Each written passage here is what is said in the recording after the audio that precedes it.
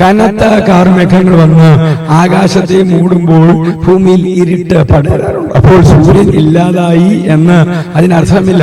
സൂര്യൻ അതിന്റെ സ്ഥാനത്ത് തന്നെയുണ്ട്. താൽക്കാലികമായി മേഘങ്ങൾ അതിനെ മറച്ചു പിടിച്ചിരിക്കുന്നു എന്ന് മാത്രം. നമ്മുടെ ആത്മീയ ജീവിതവും ഇതുപോലെയാണ്. കഷ്ടപ്പാടുകളുടെയും കണ്ണീരിന്റെയും കാർമേഘങ്ങൾ നമ്മുടെ ജീവിതത്തിൽ മുമ്പുമ്പോൾ ദൈവത്തിന്റെ നന്മയും സ്നേഹവും അവസാനിച്ചു എന്ന് നാം കരുതാറുണ്ട്. എന്നാൽ ഓർക്കുക, ആ മേഘങ്ങൾക്ക് മുകളിൽ നമ്മുടെ ദൈവത്തിന്റെ കൃപ എപ്പോഴും പ്രകാശിച്ചുകൊണ്ടിരിക്കുകയാണ്. ദൈവത്തിന് പ്രകാരം പറയുന്നു, യേശു ക്രിസ്തു ഇന്നലെയും ഇന്നും എന്നേക്കും അനന്യൻ തന്നെ. എബ്രായർ ലേഖനം 13-8 വാക്യം. ബൈബിളിലെ നോഹയുടെ ജീവിതം ഇതിന് വലിയൊരു ഉദാഹരണമാണ്. മഹാപ്രളയത്തിന്റെ സമയത്ത് കഠിനമായ കാർമേഘങ്ങൾ ഭൂമിയെ മുഴുവൻ മൂടിക്കളഞ്ഞു. 40 രാവും 40 പകലും പെയ്ത പെരുമഴയിൽ നോഹയും കുടുംബവും പുസ്തകത്തിനുള്ളിൽ അടയ്ക്കപ്പെട്ടു. പുറത്തു നോക്കിയാൽ ഒന്നിനെയും കാണാൻ കഴിയാത്ത വിധം ഇരുളും മേഘങ്ങളും മാത്രമായിരുന്നു.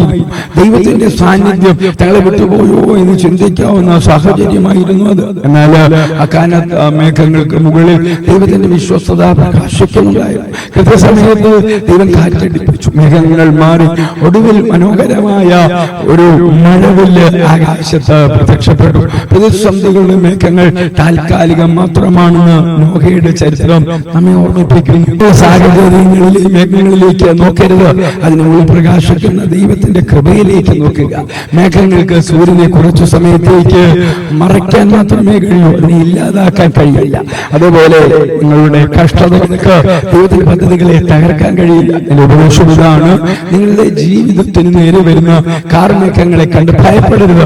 അത് താൽക്കാലികം മാത്രമാണ്. ഒരു കൊടുങ്കാറ്റിനും ഒരു കാർമേഘത്തിനും സൂര്യനെ എപ്പോഴും മറച്ചു പിടിക്കാൻ കഴിയില്ല. അത് മാറിപ്പോവുക തന്നെ ചെയ്യും. നിങ്ങളുടെ കഷ്ടതകൾക്ക് മുകളിൽ വിശ്വസ്തനായ ഒരു ദൈവമുണ്ട്. കർത്താവ് നിങ്ങളുടെ കണ്ണുനീരിനെ മാറ്റുകയും നിങ്ങളുടെ ജീവിതത്തിൽ വീണ്ടും പ്രത്യാശയുടെ വെളിച്ചം തരികയും ചെയ്യും. സാഹചര്യങ്ങളിൽ തളരാതെ മേഘങ്ങൾക്ക് മുകളിൽ പ്രകാശിക്കുന്ന ദൈവകൃപയിൽ എപ്പോഴും പ്രത്യാശയോടെ ആശ്രയിക്കുക.